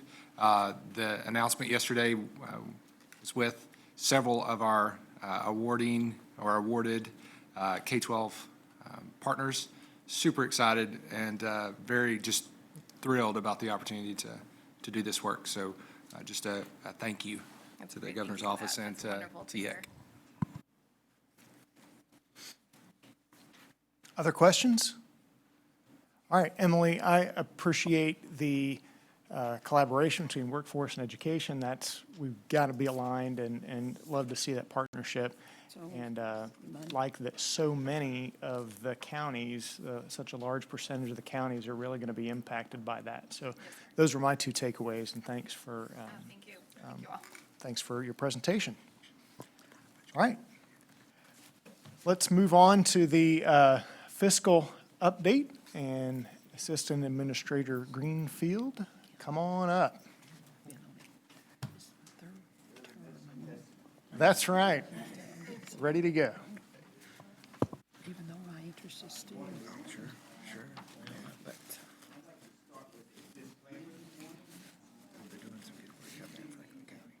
see me scratching my chin or twitching my lip. We had a meeting earlier this week where we were encouraged to, and I don't want to mention any names by anyone, to grow facial hair and see people laughing. I'm a new assistant commissioner, and so, Deputy, I want you to know if you see people walking around scratching their faces, any dudes around here, we won't blame anyone in particular. Dr. Kenyatta love it. But that's, we all know why, right? And what would the purpose of that facial hair be, Ivan? It was mental Trying to health, help you out. A men's health awareness thing. So it was a good cause. It was a good cause. Movember. Yeah, Movember. Thanks for cleaning it up, Commissioner. Taking the fun out of it. No. Actually, we're going to talk a little bit, sorry. We're going to talk a little bit about some fiscal reporting as it relates to, specifically to our workforce services programs. And then just take a deeper dive into it from an emphasis of Title I and the monies that we provide out to our local areas. So let's jump right in, shall we? Some things we're going to cover. So initially, what you see in this slide here is just a two-year comparison where can everybody hear me okay? Yeah? Okay, good. A two-year comparison of the funds that we receive for our primarily the top 9 that you see on the left, programs that are workforce services related. And at the bottom there, you'll see that we added 2 in this current year, first quarter 2020, the apprenticeship, which you've heard so much about already, right? And then the one-stop information, workforce services information grant, which was facilitated by our Wired group, which has now moved over to workforce services. And so when we look at it year by year, we see that with the exception of what we call our discretionary grants, which are the $7 million and the $1.4 million, our regular grants are, you see like they're kind of stagnant or actually in a decline for our larger grants, and that's really related to economic conditions, right? Like unemployment, low income, and so having 3.7 unemployment rate has not helped our cause as far as the grant funds that we receive. But it's nice to know that we're putting people to work, and so when we think about those things that go into it, it's imperative. Like when you look at, let's talk about here, Title I being our heaviest number. Just trying to figure out how to work this. So you see here, 53.6 million last year versus 49.3 million this year, about a 10% drop. Again, that's attributed to those economic conditions that I was talking about. So it's important that we continue to seek these discretionary funding opportunities to help sustain our programs and keep the viability of our programs going. So, next slide. So this is just kind of talking about where the funding goes, right? Again, year over year, it's kind of hard to follow the numbers. Year over year, last year, you see that we had $81.8 million that were expended. And of that, you can see how they were by line item. But what's important to note is that, there are really 2 main buckets here. What the state maintains, I'm losing my theme.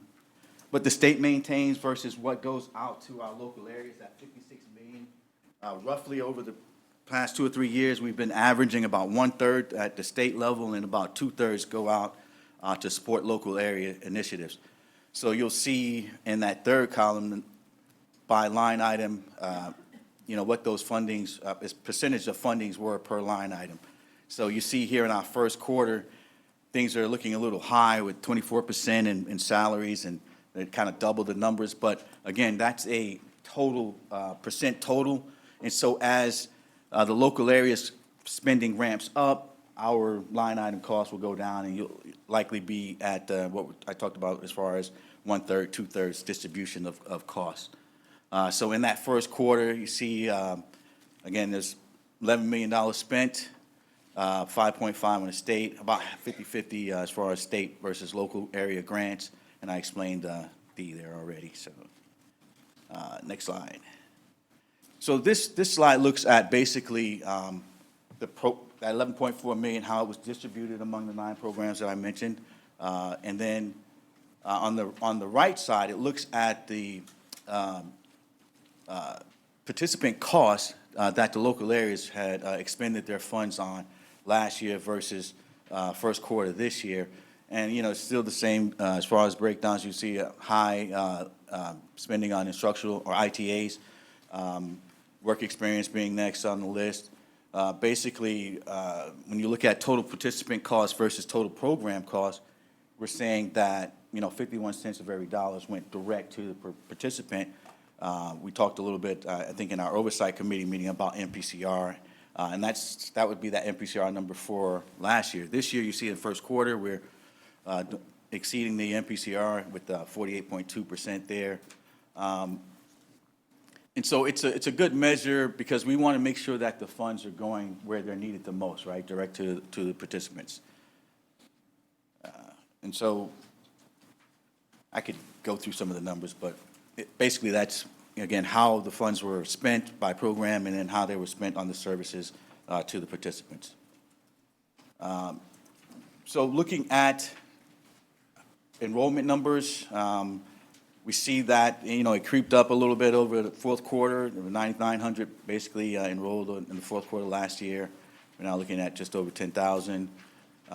Year on year, you see that there's been an average of about $1,200, or just under $1,200 per participant. First quarter is at $766 per participant, and that's really just looking at the total program cost divided by total enrollments. Again, as the program costs increase, we should see that number still level off. We anticipate it being somewhere around 1,200, and think that, we'll still average year on year. You see about 9,900 to 9,950. We'll be around that in this year as well, based on projections. And if I need to answer any questions along the way, please interject. And then, so this, again, is specific to the funding that we allocate out to the local areas. There are some requirements under WIOA. That last column is actually a state requirement. But we talked about, MPCR and 80% of both state requirements, so 75-25 are WIOA requirements. And so we kind of talked a little bit about MPCR in our oversight committee meeting. But you can see here that 6 of the 9 areas are meeting that. As explained earlier in the meeting, the other areas, there are varying issues. Upper Cumberland has some issues with their OSO/CSP. Northern Middle is a calculation issue, and then Northwest is invoicing delay that kind of created their issue there. The blue and the 75%, so basically by the end of your contract, you have to have expended 75% on out-of-school youth unless you opted for a 50-50 waiver. Those in blue are those entities that opted for a 50-50 waiver. But you can see that everyone is meeting the requirement, whether it's 75 or 50-50. The same with the 20% work experience. So in your youth funding, both of those numbers do not include administrative dollars, by the way. But 20% of your youth money has to be expended on work experience, and you see that all 9 areas are meeting those requirements. And then that next column is a little confusing in that it's measuring the 80% of the money, right? And so the local area got $1 million, not including admin again. They have to obligate at least 800,000 of that. And so if you did the 800,000, you're at 100%. Anything less than that would be reduced, right? And then, so if you're not meeting it, then the potential, that next column of dollars would be $4.4 million that would be recaptured if we were at June 30th, right, the end of the contract or fiscal year. But this also is only based on the local areas have not received the bulk of their funding, which they get in October. The contracts are being let as we speak. But if we were to impose that recapture today, we would see that $4 million would be recaptured and redistributed to the other areas that would be meeting the 80%.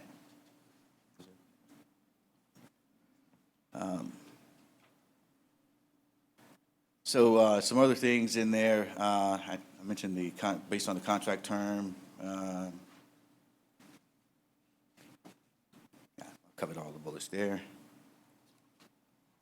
So let's talk about on the state side, reverted or recaptured funds. As of 9/30, our first quarter fiscal year, we're looking at having a little over $3 million reverted back to the federal government relative to these 3 programs.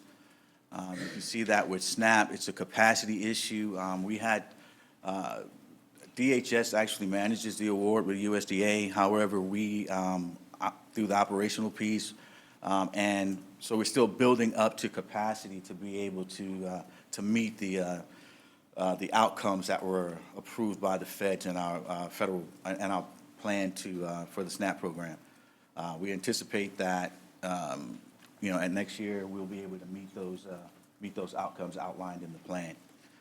With RESI, basically, it's some local areas, we put money out to local areas. It's more of a staffing grant to assist. It's kind of like tracking dislocated workers and assisting UI in getting those people back to work as quickly as possible. Some of the funds were reverted back from some of the contracts that we put out. And with trade is based on petitions filed by trade-impacted entities that are moving abroad. And so we see that those are continuing to be low, and the participants being served under those petitions are low. And every year, we're pretty much sending back funds for trade as a result of those petitions being low. So, Ivan, are these funds that the state has recaptured from local areas to be redistributed, or are these funds we had to send back to the federal These are government? funds that the state, from their programs, are sending back to the federal government. Great question. Thank you. And then, so just talked a little bit about the vitality of the special funding that we're looking at, and there are three currently operating. Everybody's talked a lot about the apprenticeship grant. This is really just from a fiscal perspective. And you can see there that we're in the process. Dr. Lovett talked about the onboarding of staff. We're still looking at building out our systems to be able to track participant data. We're also looking at the contracts are being let for the local areas. Right now, there's $33,000 per local area to assist in meeting that outcome of 800 participants. There's also money going out to other partners, TBR, to provide curriculums around that as they build out that program. So it's still building capacity. We haven't really started tracking participant data just yet, but we are working with the local areas to see what that looks like and what information needs to be collected, so that once the system is up, we can get the information in there and start moving towards serving those participants.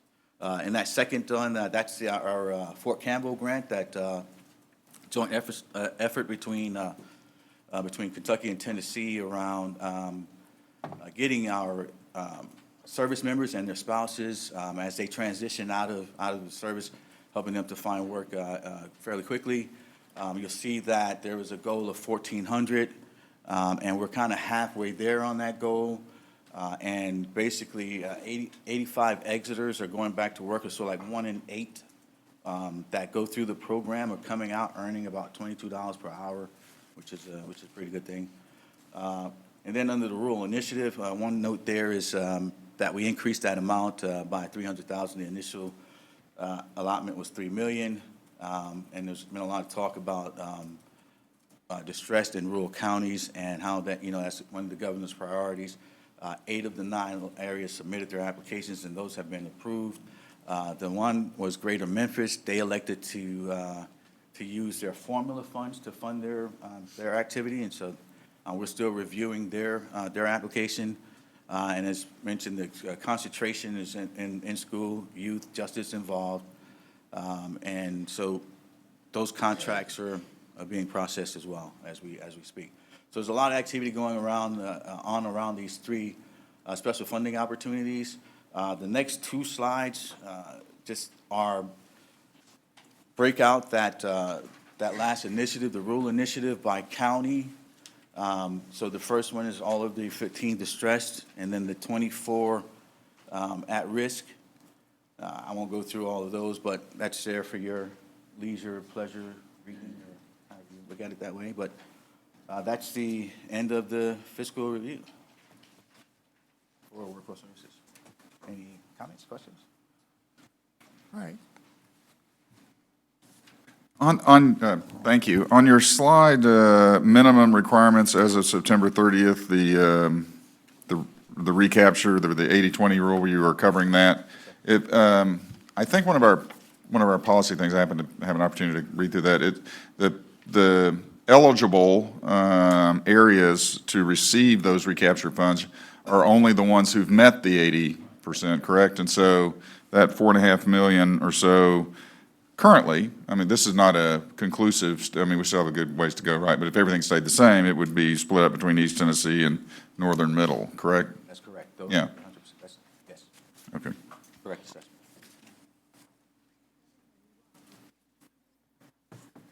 What other questions do you have for Ivan? So I'm talking the mic and the presentation is over. I just have one clarifying question. So on the rural initiatives, where you have the status and there's, for Greater Memphis Lauderdale, it says proposal pending due 10/24, is that assuming that they turned it in on 10/24? And the status is that it's being reviewed? Yes, so remember I said that Memphis was, they elected to use their own formula funds, so they weren't taking theirs out of that pot of money, the 3.3, so we gave them an extension on their deadline, and so we're currently reviewing theirs. Okay, thank you.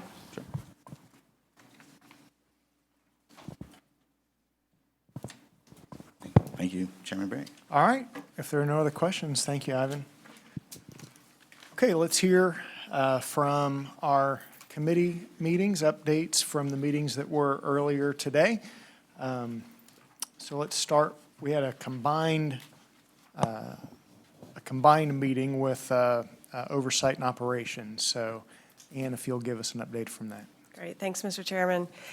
We started our meeting with a fiscal update, so we reviewed a lot of the information that Ivan just reviewed with us. A lot of our conversation went to looking at some of the local areas that are missing on their MPCR and some other measures. And we learned that those areas are served by the Mid-Cumberland organization. They manage 5 of the 9 areas, and there have been some issues with that relationship. And so we asked that in our February committee meeting, we have kind of a deep dive on the Mid-Cumberland relationship. So that was good to learn about. We also had an update on vocational rehabilitation program, and we had a lot of great discussion around prisoner reentry in particular. And so what we asked was just before the December strategic planning meeting to have a documented report on the expenditures and specific programs in vocational rehabilitation. We also had an update on state key performance indicators, and who knew like data and KPIs are so fun. We really enjoyed that update and appreciate honestly that the state is really digging in and looking at how do we kind of get ahead of our data and use that to help us make sure that we're meeting our mission. So the state has established state and regional targets on our core and additional programs as well as targeted populations. And these targets are going to serve as a guide now for each local area to establish their own quarterly targets so that they can be working toward the goals essentially that we saw Ivan just present. So some dates associated with that are that in early February, the local area targets are due to the state office. They'll have some technical assistance calls to help them prepare for that. And then in the February board meeting, there's going to be a presentation to the board about those local area quarterly targets on the key performance indicators. So we're looking forward to that. The rest of our time was spent reviewing some policies that you all have received as well. And the committee recommended that all 4 of these policies around youth eligibility, the workforce services policy, the minimum participant cost rate policy update, and the property management policy update. Mostly these were expired policies that did have some tweaks in them, as you saw in the executive summaries that you received in your pre-reading. The committee voted that all of these come forward to the board for board approval. So love your direction, how you want to move forward with that. Okay, so how about I take a motion for approval by this board of the recommendation of the committee that those policies be approved. Do I have a motion for that? So moved. Okay, and then and a second on that motion. Thank you. I think Christine jumped in there first. So discussion on that, particularly from the folks who were not in that committee meeting. Does anybody have questions about why they recommend to approve those policy changes or anything about the policy changes they want to clarify? Okay, hearing no discussion, all in favor of approving the policy changes based on the committee's recommendation, say aye. Aye. Any opposed? That passes. Anything else? Okay. Thank you, Chairman. Just wanted to make one note that was mentioned also during the committee meeting for all the board members moving forward for our policies, whether they're revised or new policies. We will issue each one out for a public commenting period to make sure that we get feedback from our local partners, from people throughout the state, to make sure we can answer those questions that will help you understand what the implications of those policies may be across the state. So all policies moving forward will have about a 15-day public commenting period before it's brought to the board. So just wanted to mention that. Very good. Okay, let's hear from the Innovation Committee. Sorry. That's all right. Thanks, Kevin. There was three great presentations this morning. The first one was for Mr. Rogers, and he commented on the outreach program for the AJC Virtual American Job Centers. This program is a pilot program. It's in its infinite stages. We started it on January 7th, and it should be statewide by December 19th of this year. And this program reduces the travel costs for participants that do not have transportation or ready funds to get to the HJC. Our second presentation was by Mr. Donnie Freeman, and his presentation was over the Fort Campbell Dislocated Grant. What that grant is to help servicemen and women and their spouses to be dislocated from the military and to move on to find jobs and living quarters there also. That there is also in its first year of operation, so this is a new grant or a new partnership to be there. And then our last one was by Ms. Tara Compass. That was about the apprenticeship expansion. Its main push is going to be with what Mr. Leaves signed there with the apprenticeship this week. And currently it has 360 programs that are available. And our committee doesn't have anything to vote on at this time. Thank you. Okay, thank you. Any questions for Kevin or the Innovation Committee? All right. Thanks, Kevin. I appreciate that. With that, my closing remarks are thank you for really strong engagement in today's meeting. Great questions by all, great presentations, a lot of good information, and I just appreciate everybody and their willingness to serve toward the objectives that we're trying to reach. In December, this board has a strategy meeting and look forward to participation in that as well.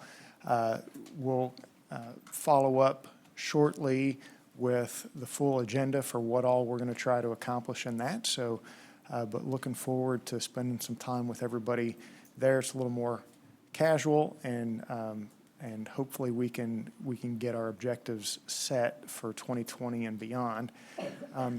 The evening before, we're going to try to put together an informal, non-mandatory get-together, maybe just for dinner, so that certainly we can welcome new board members and get to know each other a little better. So again, we'll be giving you more details on that if you would like to participate the evening before and are able to make it in for that.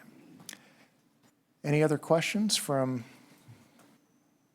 the illustrious team in front of me? All right. We'll call the meeting adjourned. We'll see you at the next meeting. Thanks. Take care, guys. Thank you, too. It's okay if y'all will go.